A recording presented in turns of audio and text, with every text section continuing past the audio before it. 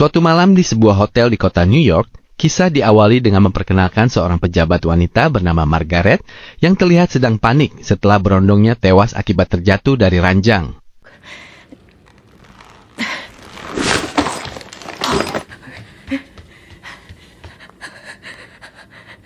Ia lalu menghubungi sebuah nomor yang diberikan oleh teman dekatnya, di mana nomor itu adalah nomor seseorang sangat profesional, seseorang yang mampu dijadikan pemecah masalah satu-satunya yang bisa membereskan masalah apapun yang tidak bisa diselesaikan oleh orang lain. Needed help. Serious help. Again, how did you get this number? Gave it to me, and he said not to say. He said, "Be one day I may need that one." Pria yang tidak pernah diketahui namanya ini kita panggil saja Jack, seorang pemecah masalah pakar profesional sekaligus pembersih tempat kejadian perkara yang mengklaim jika dirinya adalah satu-satunya di dunia. Setibanya Jack di kamar Margaret, ia langsung memeriksa jasad si berondong untuk memastikan kematiannya. Setelah memastikan kematian si berondong, Jack pun menghampiri Margaret untuk menenangkannya, sekaligus merancang skenario palsu seolah Margaret tidak pernah berada di tempat ini. Margaret pun mengungkapkan jika dirinya masih tidak percaya jika orang dengan profesi si Jack ini benar-benar ada di dunia. Dan Jack langsung menjawab bahwa pekerjaan macam ini memang sangat langka, bersifat rahasia, butuh kemampuan khusus, dan hanya kalangan tertentu saja yang bisa menghubunginya. This gets traced back to you in any way. Thank you.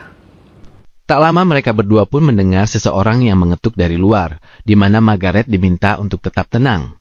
Dia bernama Nick, seseorang yang dikirim oleh sang pemilik hotel untuk membantu membereskan masalah ini. Can I help you? Who are you? Bahkan tanpa Margaret dan John sadari, sang pemilik hotel saat ini sedang mengawasi mereka melalui kamera kecil yang terpasang di atas plafon. Saat mereka bertiga masih kebingungan itulah, muncul telepon dari si pemilik hotel, mengatakan jika Nick adalah orang yang ia sewa untuk membereskan masalah ini. Dengan kata lain, Jack bukanlah satu-satunya orang dalam profesi tersebut. Si pemilik hotel pun berkata jika hotelnya adalah hotel yang masih baru. Ia tidak ingin image-nya tercoreng gara-gara kontroversi seperti ini. Yang karena Jack dan Nick sudah terlanjur berada di sana, maka satu-satunya jalan keluar untuk hal ini adalah dengan bekerja sama membereskan jasad berondong tersebut. Sempat menolak dan akan pergi, Jack akhirnya tidak punya pilihan lain setelah Margaret mengingatkan tentang kamera kecil yang merekam mereka semua. Sama dengan Nick yang sudah dibayar penuh, mereka tidak punya opsi lain selain harus bekerja sama. You're on those tapes too. It's the job. She's got you. Okay. See how that has anything to do with me, does it? Setelah semua pihak sepakat, Margaret pun disuruh pulang dengan mengganti pakaian yang secara kebetulan Jack dan Nick sama-sama sudah menyiapkan pakaian ganti, yang memang bagian dari prosedur pekerjaan mereka. Luar biasanya, jenis pakaian yang mereka pilih ternyata sangat mirip. Sesaat setelah Margaret pergi, Jack yang ingin segera merampungkan pekerjaan pun langsung merapikan jasad si pemuda untuk dibawa. Namun saat melihat Nick hanya duduk santai sambil minum soda, disitulah Jack merasa jengkel dan menegurnya. I want to finish the job and go home. Namun Nick menjelaskan jika tugas Jack adalah untuk membereskan masalah Margaret, yang hal itu mencakup jasad pemuda yang harus buang. Fuck you. Namun selagi Jack menyelesaikan pekerjaannya, Nick menemukan sebuah tas di balik meja, yang ternyata terdapat beberapa bungkus narkoba di dalam tas tersebut. Hal itu jelas akan menjadi masalah serius yang akan menyusahkan mereka berdua. It's gonna be a long fucking night. Si pemilik hotel sempat menyuruh Nick dan Jack untuk membuangnya saja, tetapi itu tidak semudah yang dibayangkan, karena seseorang entah itu kelompok mafia atau gembong narkoba yang memiliki narkobanya pasti akan mencari keberadaan narkoba ini. Karena ini sudah di luar dari pekerjaan mereka, Nick dan Jack pun sempat angkat tangan untuk mengurusinya. Namun si pemilik hotel lagi-lagi mengancam dengan menggunakan rekaman video mereka berdua sehingga tak ada pilihan lain. Mulai saat ini, Jack dan harus saling bekerja sama untuk menemukan siapa pemilik narkoba tersebut. Langkah pertama yang harus mereka berdua lakukan tentu saja adalah membuang jasad si pemuda. Mereka harus membawanya menuju parkiran dan membungkusnya serapi mungkin agar tidak ketahuan. Di mana Jack yang masih menganggap dirinya sebagai profesional satu-satunya di dunia pun memilih untuk melakukannya sendiri dengan menggunakan metodenya. Selesai mengemas jasad pemuda, Jack dan Nick pun turun ke parkiran menggunakan lift demi menghindari pantauan security. Nick memotong beberapa kabel untuk mematikan kamera pengawas. Lalu mereka memasukkan jasad si pemuda ke dalam bagasi mobilnya. Wipe the tapes and go. No. No? Yang tepat, saat mereka sedang berdebat tentang hal sepele, tiba-tiba si pemuda itu pun hidup lagi. You okay? All good. Jack sangat yakin jika sebelumnya dia memastikan jika pemuda itu sudah tidak bernapas. Namun Nick punya teori bahwasanya si pemuda memang belum mati, hanya terlihat seperti mati gara-gara narkoba yang ia konsumsi yang mungkin membuat jantungnya berhenti sementara. It was a magic drug that makes your heart... Dengan fakta bahwa si pemuda masih hidup, itu justru akan lebih mempermudah mereka untuk mengetahui siapa pemilik dari narkobanya. Yang perlu mereka lakukan sekarang hanyalah menyadarkan si pemuda dari mabuknya, lalu interogasi dia sampai mengatakan siapa pemilik narkobanya. Setelah itu buang jasadnya, kirim narkoba itu ke pemiliknya. Maka tuntaslah pekerjaan mereka malam ini. Untuk menyadarkan si pemuda dari mabuknya, mereka butuh seorang dokter ahli dalam hal ini, di mana Jack yang masih menganggap dirinya paling hebat dan lebih senior pun mengaku punya kenalan yang sangat eksklusif, namun sulit untuk dihubungi. Pun begitu juga dengan Nick yang juga memiliki kenalan untuk melakukan pekerjaan ini. Alhasil mereka pun akan pergi ke tempat kenalannya ini, yang setibanya di lokasi, alangkah terkejutnya Jack saat melihat jika orang ahli yang Nick maksud adalah orang yang sama yang dia kenal. Hello, June. You didn't pick up. The Odeon kid first, you fucking lunatics! Di mana dia berprofesi sebagai seorang dokter yang nyambi sebagai ahli medis khusus dunia kriminal. Mereka langsung meminta tolong si dokter agar mau memeriksa sekaligus menyadarkan si pemuda dari mabuknya. Out! Namun si pemuda pun melarikan diri saat diperiksa, sehingga Jack dan Nick pun langsung bergerak untuk mengejarnya. Stop him! Go right at them.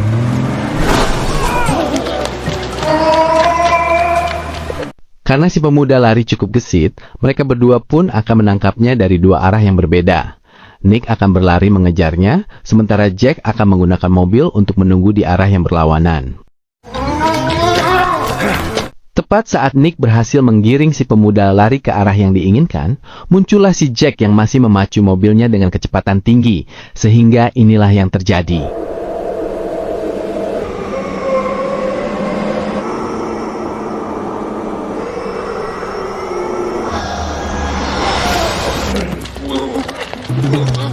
Ya, luar biasanya si pemuda mendarat dengan sangat sempurna, tanpa mengalami cedera berkat narkoba yang masih mengalir dalam darahnya. Si pemuda pun terus berlari tanpa kelelahan, yang membuat Jack dan Nick harus ekstra sabar mengejarnya.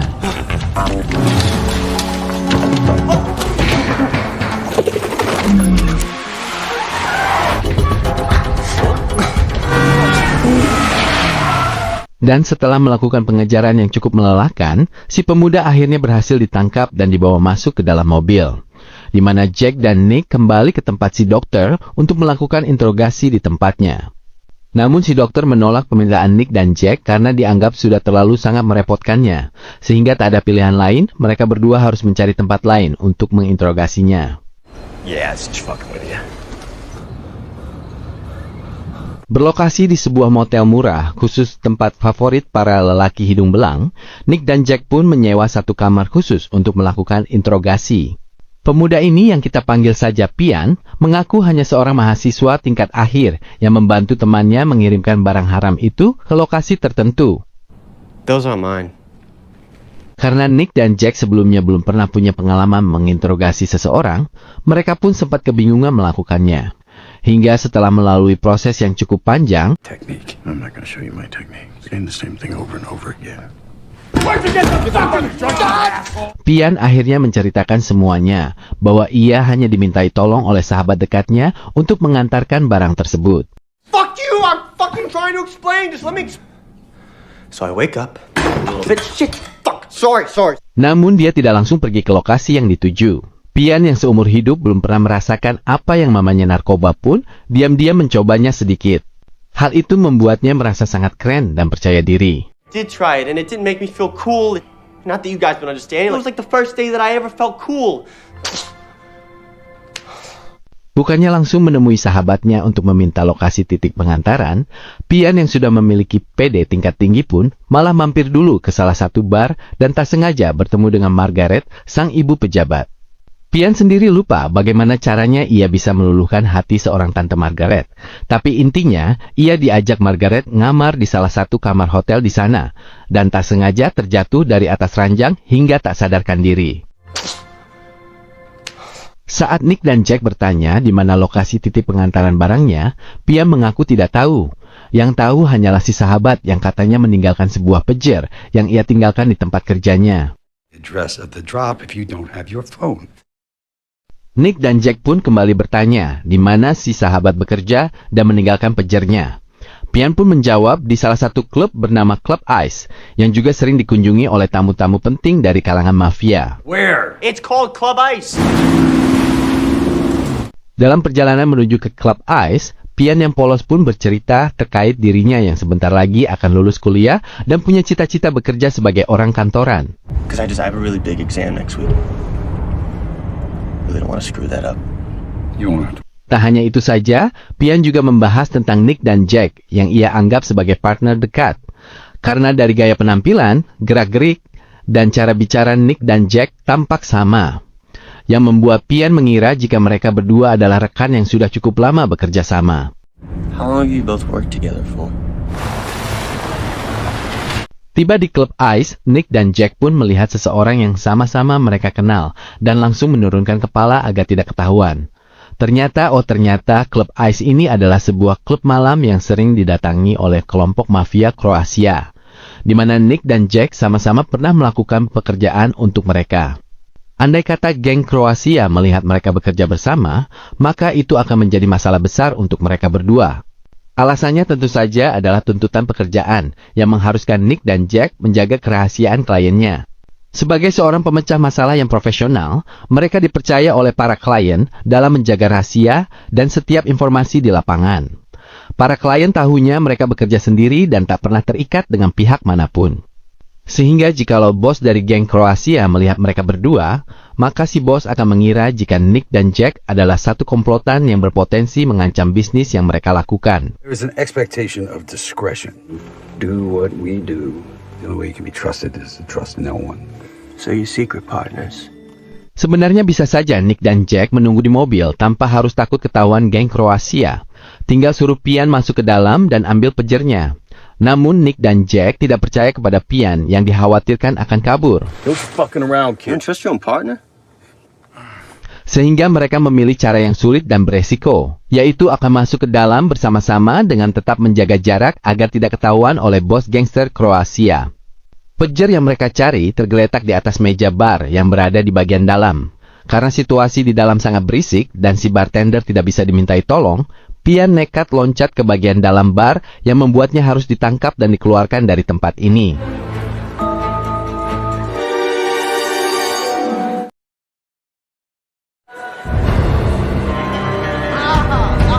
Tepat di saat yang sama, acara pun beralih ke tarian yang membuat Jack dan Nick harus terjebak di antara para penari. Hingga pada akhirnya si bos Kroasia pun menyadari akan keberadaan mereka berdua.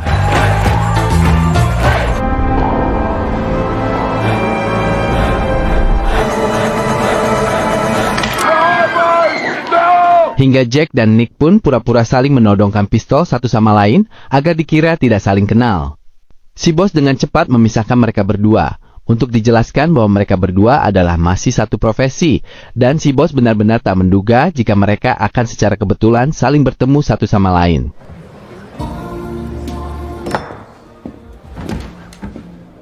Dissimilar service. Karena Jack dan Nick masih akting pura-pura saling berselisih, si bos pun menyuruh anak buahnya untuk mengeluarkan mereka berdua dari klub ini.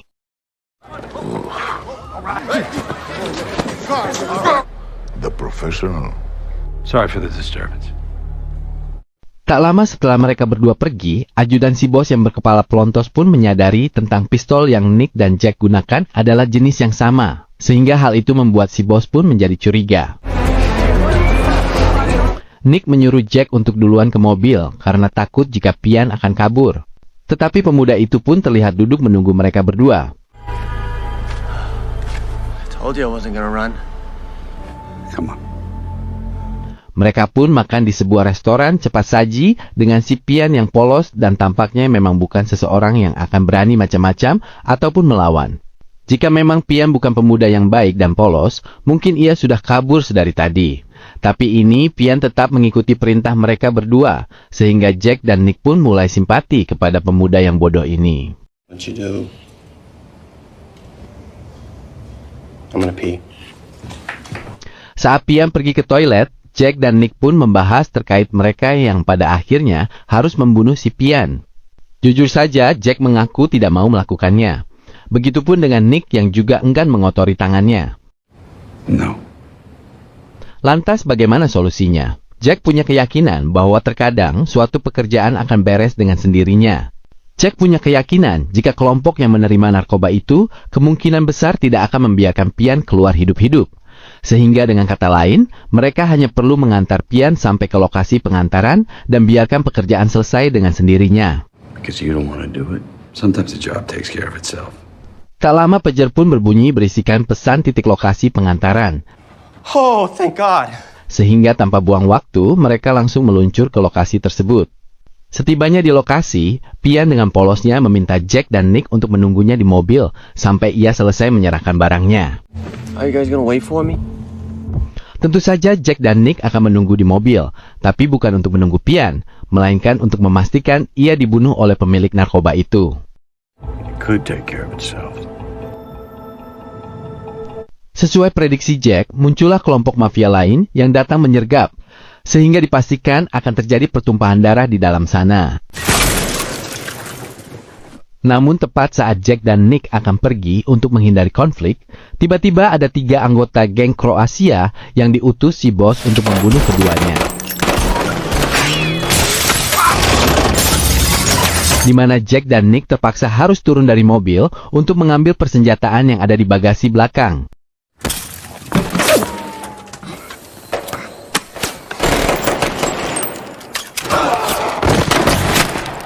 Kurang dari 1 menit, Jack dan Nick berhasil menghabisi ketiganya. Sekarang mereka hanya tinggal memastikan kematian si Pian yang terjebak di tengah pertumpahan darah dan langsung masuk ke sana untuk memastikannya.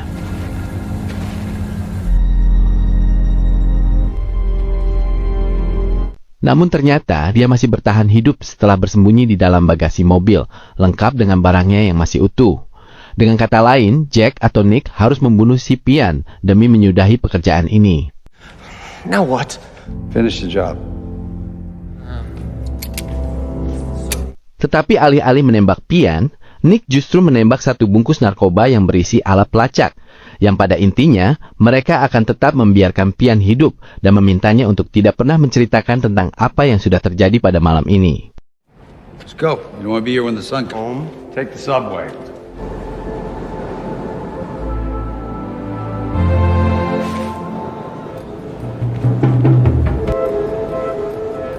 Untuk memastikan Pian tutup mulut, Nick dan Jack pun mengantarnya sampai ke rumah untuk mengetahui di mana alamatnya, sekaligus bertemu langsung dengan ayahnya dan memberi sedikit pengertian berupa ancaman agar Pian putranya tidak macam-macam. Want to grab some breakfast? Dating performance in there, by the way. Keesokan paginya, Nick dan Jack pun menghabiskan detik-detik kebersamaan mereka di salah satu kedai kopi. Di mana saat Jack akan pergi duluan, ia tiba-tiba teringat dengan sesuatu yang sangat-sangat penting yang mungkin menjadi akar permasalahan ini, yaitu seseorang yang sudah memberikan nomor mereka berdua kepada Margaret dan si pemilik hotel. Jack ingat betul bahwa Margaret mengaku mendapat nomor teleponnya dari seseorang yang ia klaim sebagai teman dekat. Pun sama dengan si pemilik hotel yang mendapat nomor telepon Nick dari orang lain. Mereka curiga jika orang itu adalah orang yang sama. Bagaimana jika semua kekacauan malam ini ditujukan untuk melenyapkan mereka berdua? Bagaimana jika orang itu menginginkan mereka berdua mati karena sudah terlalu banyak tahu informasi dan aib orang-orang penting? We were getting cleaned. Dan teori mereka itu akhirnya terbukti benar saat kedai kopi itu seketika kosong dan di luar ada beberapa orang bersenjata yang sudah siap di posisi menyerang. Sehingga Nick dan Jack tampaknya harus kembali bekerja sama demi untuk kelangsungan hidup mereka. Ready? Di akhir film, kita akan diperlihatkan dengan rekaman kamera pengawas sebelum kejadian. Yang menarik adalah terdapat kamera tersembunyi tepat di dalam kamar yang memperlihatkan dengan jelas apa yang mereka lakukan dan bagaimana Pian jatuh dari atas ranjang. Sehingga jelas bahwa ada seseorang yang telah menyeting semua ini. Dan film pun selesai.